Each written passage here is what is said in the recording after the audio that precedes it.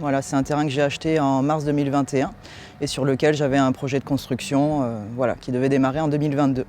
Malheureusement, ce projet a été avorté puisque bien que j'ai trouvé un crédit qui a été validé, un constructeur avec lequel j'avais signé un contrat de construction, etc.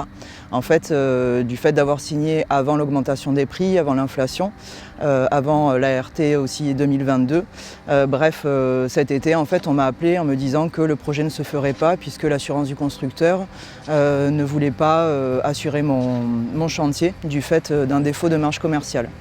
Donc mon projet a été rechiffré, malheureusement, au niveau de la banque, ça passait plus du tout. Je ne sais pas encore ce que je vais faire de ce terrain et quel sera mon projet derrière, mais en tout cas, il a fallu que je trouve une autre solution pour me loger et poursuivre malgré tout.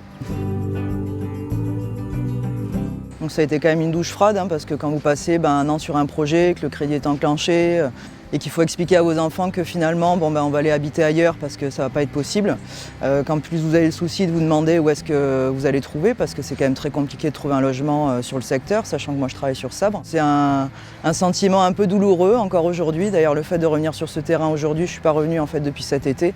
Voilà, c'est de la déception.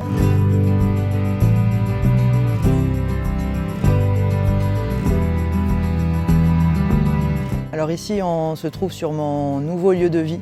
Il faut quand même noter que c'est une grande chance pour moi d'avoir trouvé ce logement par le bouche à oreille, puisque c'est une galère, pour parler poliment, pour trouver un logement quand même en Haute-Lande. Parce qu'avant ce projet de construction, j'habitais sur la commune de Pissos, précédemment sur Sanguinet.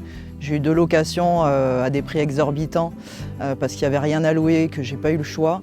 Mes dossiers, malgré le fait que je travaille, ne passaient pas en agence.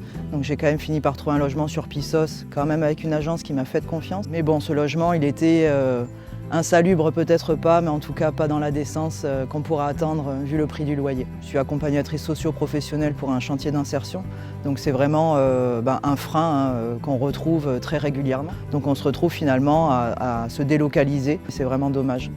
C'est vrai que voilà, je mesure ma chance aujourd'hui d'avoir trouvé ce logement-là.